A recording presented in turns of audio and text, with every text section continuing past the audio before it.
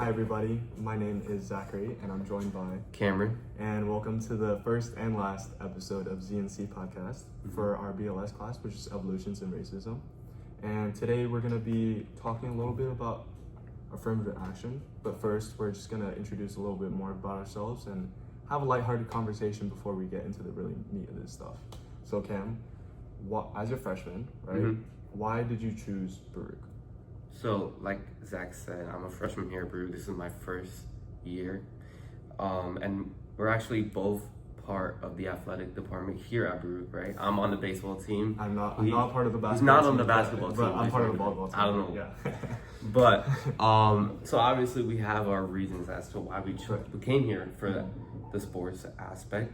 But it's not only that, right? We get into the personal reasons as to why we chose Baruch. And for me, right, I've lived in the city for 18 years of my life, and I felt as if going away or going outside, like out of state, that's gonna be a completely different change for me. And yeah, we want that, but I feel like here in the city, there's so many more opportunities, right?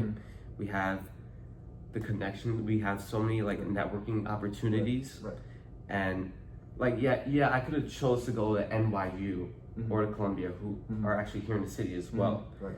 And we can see, like, I saw this Instagram video, right? Tuition at NYU is $63,000 and tuition at Columbia is $71,000.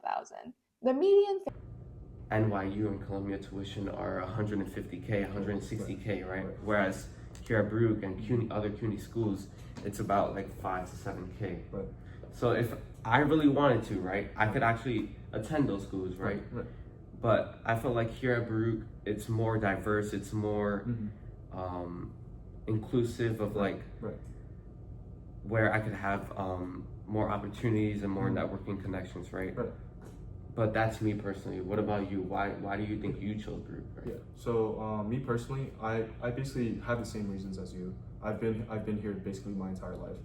And just being able to not only have the opportunity to stay at home, but also save a lot of money, right? Because in case I end up going for a master's, right? The master's is basically what's most important. People don't really care about where you go to undergrad, but in terms of being able to have a name out there, right? NYU and Columbia are obviously better names out there. Great school. But they're great schools. But we obviously can tell that a lot of people here have the mental capacity to go to these schools, but just in terms of like FAFSA and DEI, we can see like there's been several rollbacks in terms of affirmative action, right? We were also blessed to be able to be joined in class by Dr. Arthur Lewin, and you can talk a little bit more about that. Yeah, so before I get into Dr. Arthur Lewin, I wanted to actually talk about affirmative actions for you.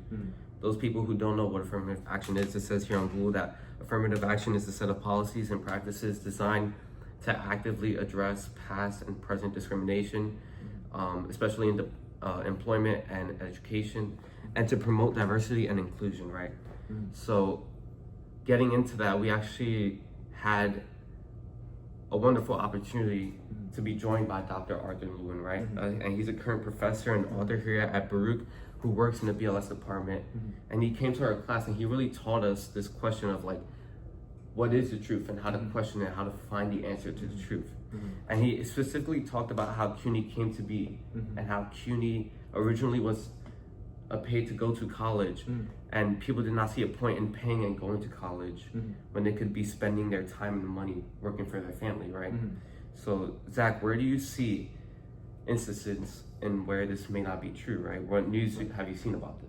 Right, so we've seen several instances where, especially within like Harvard and UNC, that Supreme Court case was probably the biggest court case ever about affirmative action in general, where the end result was where Chief Justice John Roberts said, and this is his quote, the student must be treated based on his or her experiences, not on the basis of race, right? So that clearly says, oh, where can we find these like more like habitable people for the certain colleges that they're applying to, right? Yes, this opens another can of worms into our public education, right? This opens another can of worms into like how can we help these people like those people that we're trying to help, right, get into these colleges without the need for DEI or affirmative action, right? Yeah. So yeah, I totally agree with you. But since this was a while ago, you're talking about the UNC and UNC Supreme Court case, right? Since this was a while ago, what is a more recent case we've seen in the news? Have you seen anything? Yeah, so I actually saw a Time magazine the other day as I was doing my research for this, where there was another lawsuit that came about because of affirmative action for Abigail Fisher, who is a white woman who claims that she was denied admission to the University of Texas, and because she was white, right? But here's the thing: they looked into a little bit more because of this. Like, this is something rare, right? We never really see the opposite way. We always see people of like BIPOC being able to try to drive for more for themselves, but we've never seen it from the other end, right? She's a white woman. She's saying, "Oh, hey, I'm being denied because of this." Yeah. Right.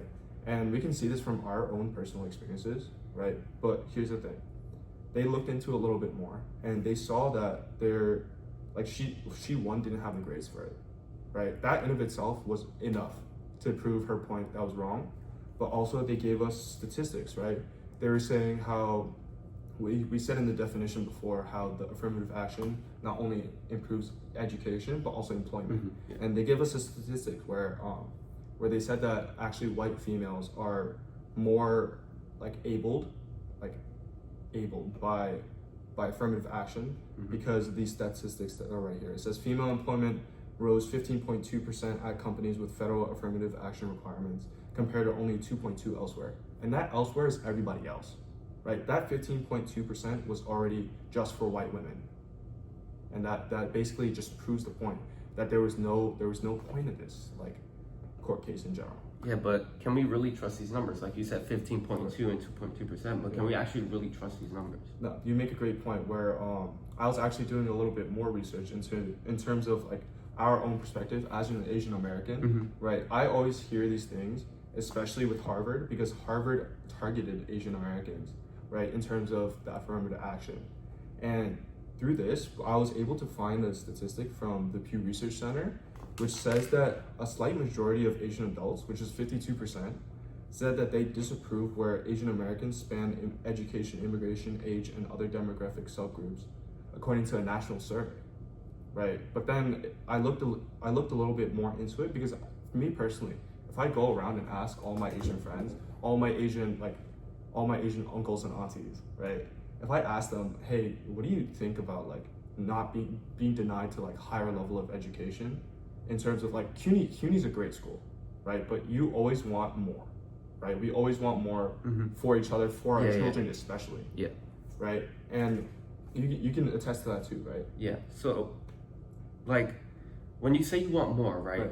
Are you talking about you're putting yourself into more opportunities? You're putting yourself into, say after school programs, more SAT prep, right? Yeah. So you're putting yourself into these opportunities to have a better opportunity than for say other people. Right. So no, that's exactly what I was talking about. So there's been certain instances where I'm personally part of this, where my parents literally worked so hard to put me into certain programs, to put me into volunteering programs, to put me into different after school programs. My week was Monday to Saturday, where Saturday was reserved for music, was reserved for extra prep tests, and also being able to study for stuff like the SAT.